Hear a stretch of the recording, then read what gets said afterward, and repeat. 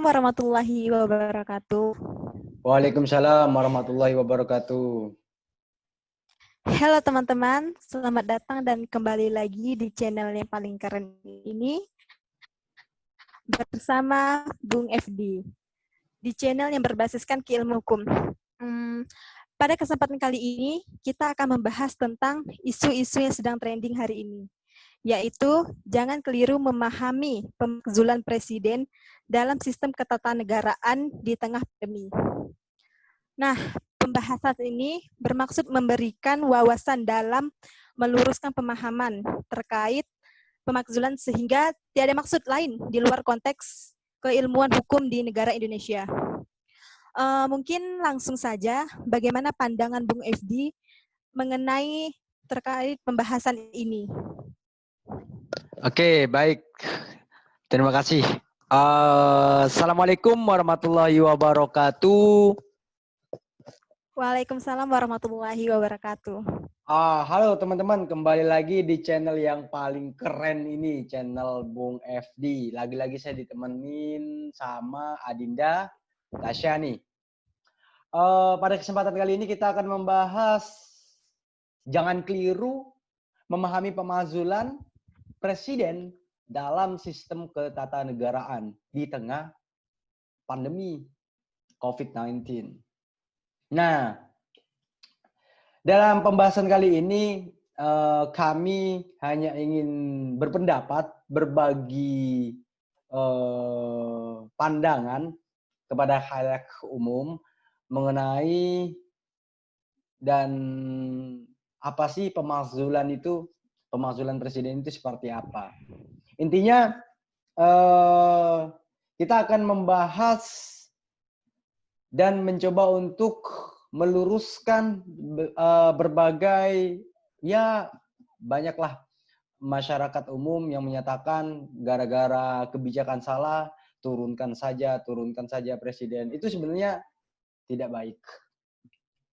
Artinya kita harus perlu memberikan pemahaman terhadap masyarakat. Tentu virus corona ini, COVID-19 ini merupakan sebuah pandemi yang sangat luar biasa, memakan banyak jiwa, sehingga dibutuhkan keseriusan pemerintah. Tentu pemerintah hari ini telah bekerja maksimal. Nah, pada kesempatan kali ini kita akan mencoba membahas dalam sistem ketatanegaraan ya, apa itu yang dimaksud pemakzulan. Saya akan share screen supaya teman-teman bisa memahaminya secara utuh.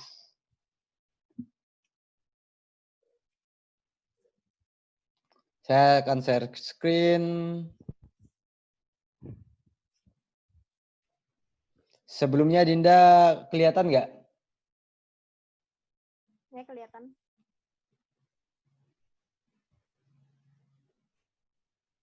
Oke. Di sini mengenai jangan keliru memahami pemakzulan presiden dalam sistem ketatanegaraan di tengah pandemi COVID-19 tentunya teman-teman. Bersama Bung FD, sekali lagi ini hanya berbagi pendapat dan juga meluruskan pemahaman dari yang belum paham ataupun yang sudah paham tapi pura-pura tidak paham. Nah, jadi kita akan coba untuk membahasnya. Yang pertama, sering istilah yang keluar yang banyak khalayak umum katakan seperti peristilahan diberhentikan, turunkan, impeachment, pemakzulan. Sehingga harus dipahami istilah-istilah ini apa sih maksudnya. Nah, dalam hal ini Undang-Undang Dasar Negara Republik Indonesia 1945 hanya mengenal istilah diberhentikan, oke? Hanya mengenal istilah diberhentikan. Tertuang dalam Pasal 7A Undang-Undang Dasar NRI 45 ya teman-teman. Nanti saya akan tunjukkan. isi ataupun bunyi dari pasal tersebut. Nah, pertama, impeachment dengan pemakzulan itu istilah yang berbeda, teman-teman. Sekali lagi, impeachment dengan pemakzulan itu istilah yang berbeda. Karena apa?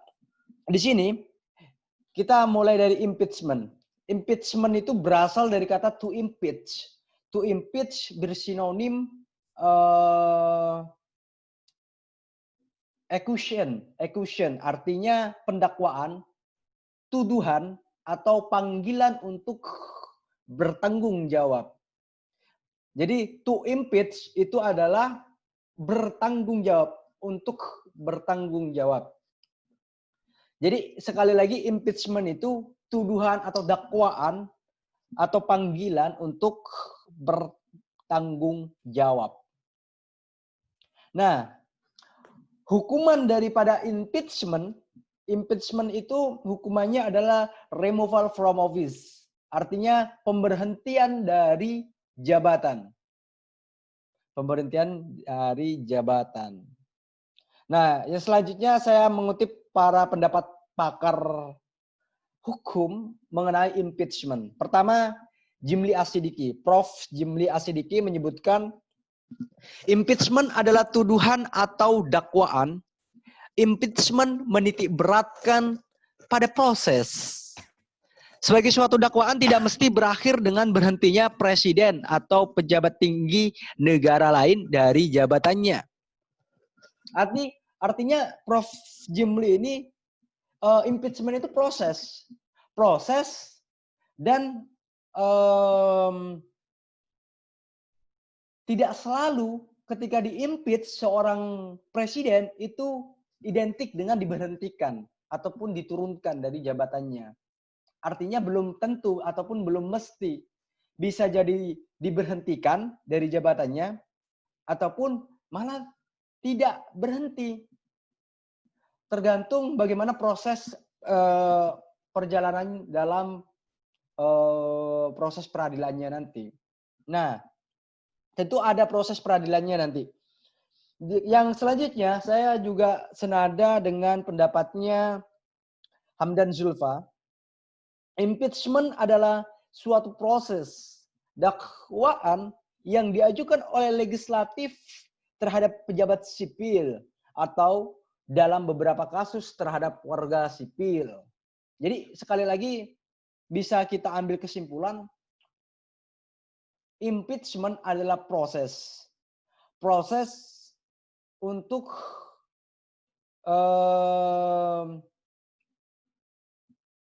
suatu pelanggaran yang dilakukan, pelanggaran hukum yang dilakukan, yang diperbuat oleh seorang presiden ataupun pejabat tinggi negara yang hukumannya removal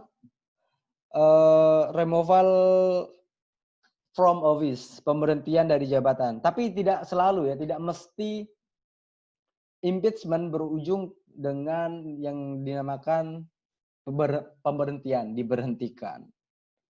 Nah, selanjutnya pemakzulan. Sebenarnya pemakzulan ini sama artinya dengan diberhentikan. Karena secara eksplisit memang tidak disebutkan di Undang-Undang Dasar NRI 45, tapi disebutkan dengan istilah diberhentikan. Namun pemakzulan itu sebenarnya adalah diberhentikan ataupun pemberhentian seorang pejabat tinggi negara. Nah, saya mengutip beberapa pendapat di sini. Pendapatnya Cak Nur Kholis Masjid, Kakanda Cak Nur.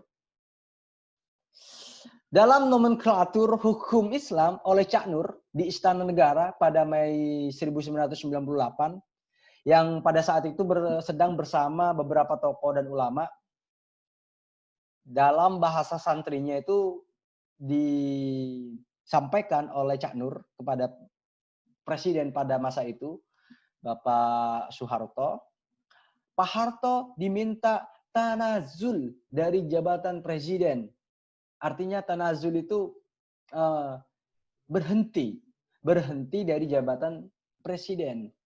Senada, sebenarnya pemakzulan ini sudah lama dikenal di negara kita, di negara Indonesia, yang dimana juga dalam kerajaan Melayu, kitab Samarat Al-Muhimmat oleh Raja Ali Haji menguraikan tentang pemakzulan dan pemecatan raja-raja pada masa kerajaan ya.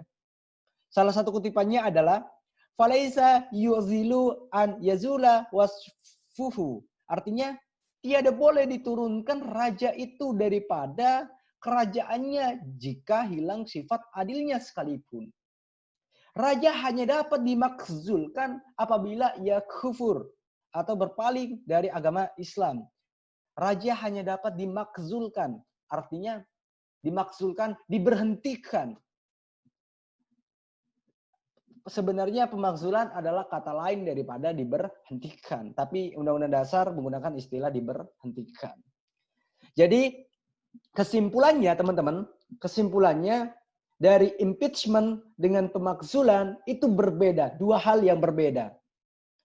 Karena impeachment merupakan sebuah proses dari ataupun proses tahapan awal dari sebuah pemakzulan, sebuah pemberhentian.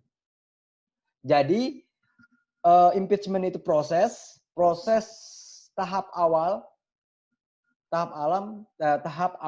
dalam sebuah pemakzulan presiden ataupun pemberhentian presiden. Bisa teman-teman bedakan ya, impeachment dengan pemakzulan. Pemakzulan itu sama halnya dengan diberhentikan.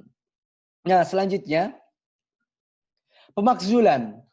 Dalam sistem pemerintahan presidensial, karena kita menganut sistem pemerintahan presidensial, maka sudah menjadi suatu konsekuensi dari sebuah demokrasi. Pemakzulan itu sudah menjadi konsekuensi dari sebuah demokrasi. Karena apa? Karena begini, jadi demokrasi kan untuk rakyat, ya kan? Yang dimana seorang presiden ataupun seorang pejabat tinggi negara, yaitu kepala negara sekaligus kepala pemerintahan, yang dimana itu dipilih secara langsung oleh rakyat, oleh masyarakat. Artinya pemakzulan itu sudah menjadi suatu konsekuensi dalam negara demokrasi, dalam sistem pemerintahan presidensial. Nah, namun tentu ada prosesnya secara hukum. Karena negara kita adalah negara hukum. Sebagaimana disebutkan ya, saya selalu menyebutkan pasal 1 ayat 3 Undang-Undang Dasar NRI 45. Nah, dalam sebuah demokrasi, negara kita juga mengenal yang namanya trias politika. Trias politika ini artinya pembagian kekuasaan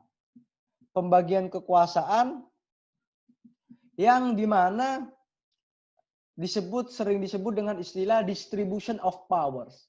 Kenapa saya menggunakan istilah distribution of power? Karena pembagian kekuasaan. Saya tidak menggunakan separation of power, pemisahan. Karena pembagian kekuasaan akan melahirkan yang namanya check and balance. Checks and balance. Distribution of power antara legislatif, eksekutif, dan juga yudikatif. Jadi ada check and balance. Semua sama, sejajar. Tidak ada yang lebih tinggi, tidak ada yang lebih tinggi. Tidak ada yang lebih rendah di bawah. Artinya sama. Jadi sering bisa check dan and balance. Sebagaimana Undang-Undang Dasar NRI 45.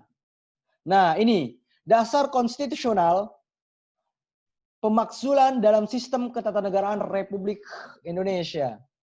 Disebutkan teman-teman di pasal 7A, presiden dan atau wakil presiden dapat diberhentikan dalam masa jabatannya oleh MPR atas usul DPR, baik apabila terbukti telah melakukan pelanggaran hukum berupa pengkhianatan terhadap negara, 1.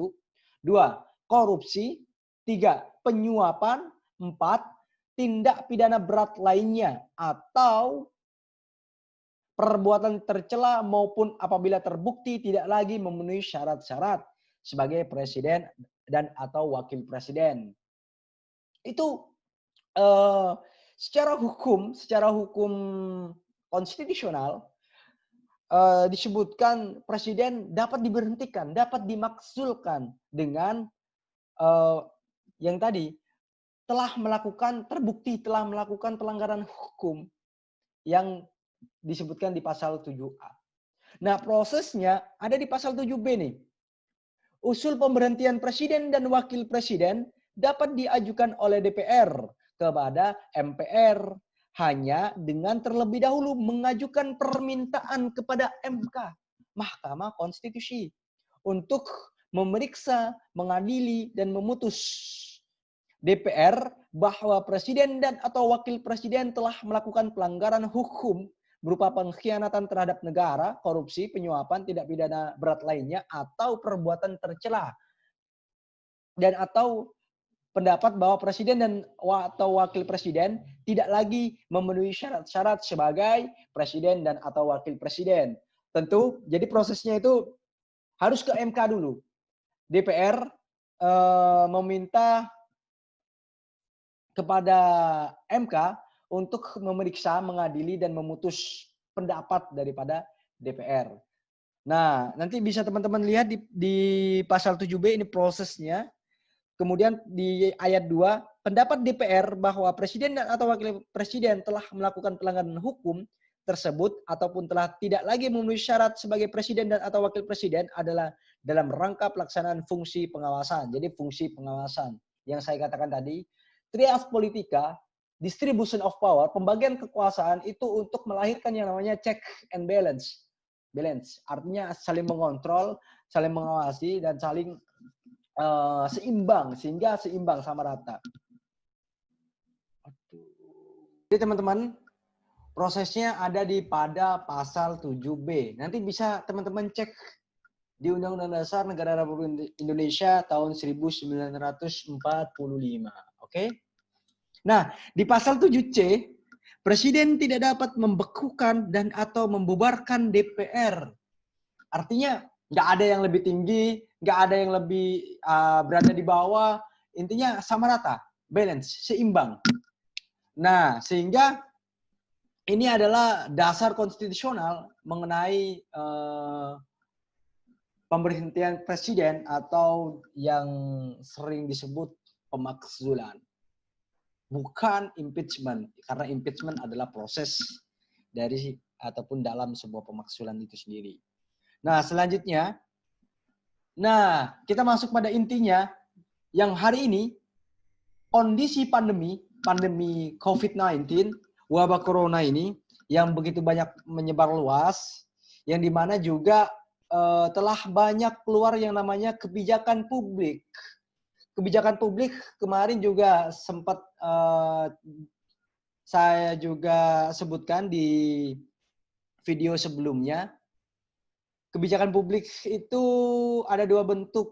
Satu, kebijakan publik yang berbentuk peraturan perundang-undangan yang tertulis. Ada kebijakan publik pernyataan kebijakan atau pernyataan pejabat. Pernyataan pejabat itu juga merupakan kebijakan publik dari sebuah pernyataan pidato dan lain sebagainya. Kemarin sudah saya jelaskan, silakan dilihat di video saya yang sebelumnya. Nah, yang dibuat oleh pemerintah.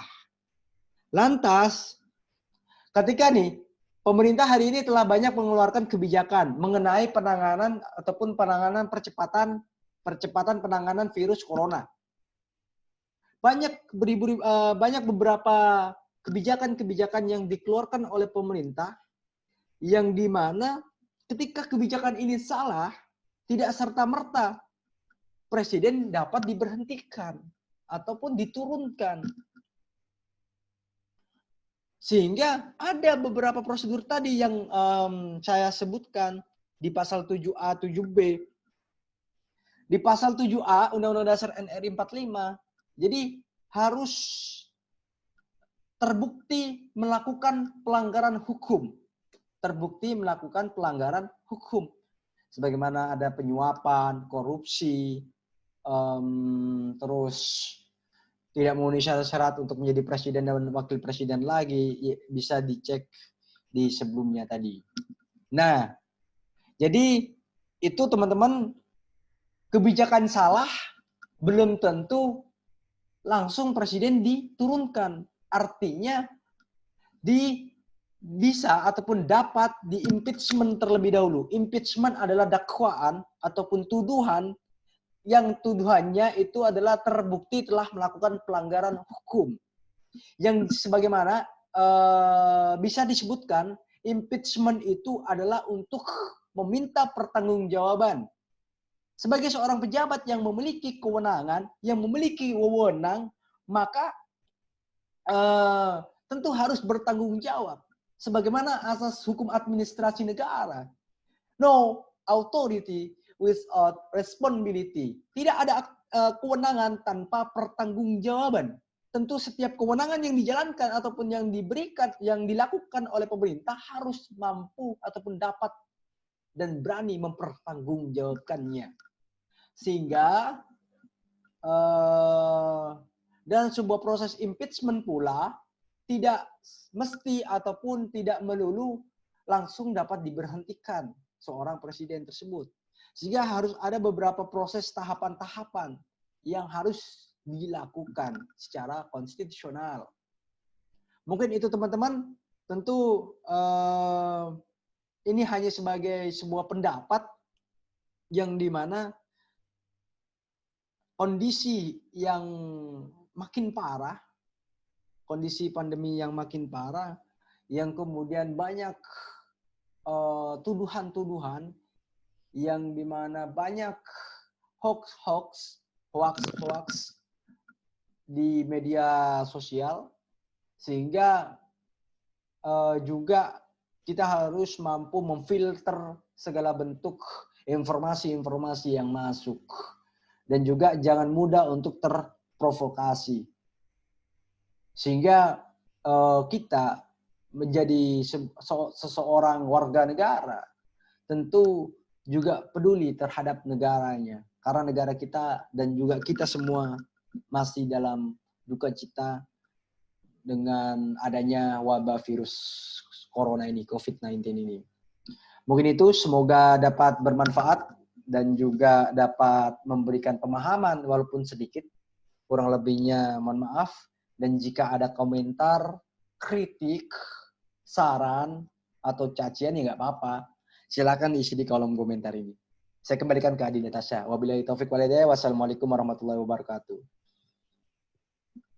Waalaikumsalam warahmatullahi wabarakatuh. Ya, terima kasih Bung FD. Mudah-mudahan apa yang telah disampaikan tadi oleh Bung FD ada manfaatnya untuk kita semua. Amin. Dan mudah-mudahan kita bertemu kembali di lain kesempatan. Mungkin untuk pembahasan pada hari ini cukup sampai di situ. Dan akan ada pembahasan selanjutnya di channel yang sama di Bung FD. Tetap pada channel Bung FD ya, teman-teman. Ya, mungkin itu saja. Wabillahi taufiq wal hidayah. Wassalamualaikum warahmatullahi wabarakatuh. Waalaikumsalam warahmatullahi wabarakatuh. Terima kasih.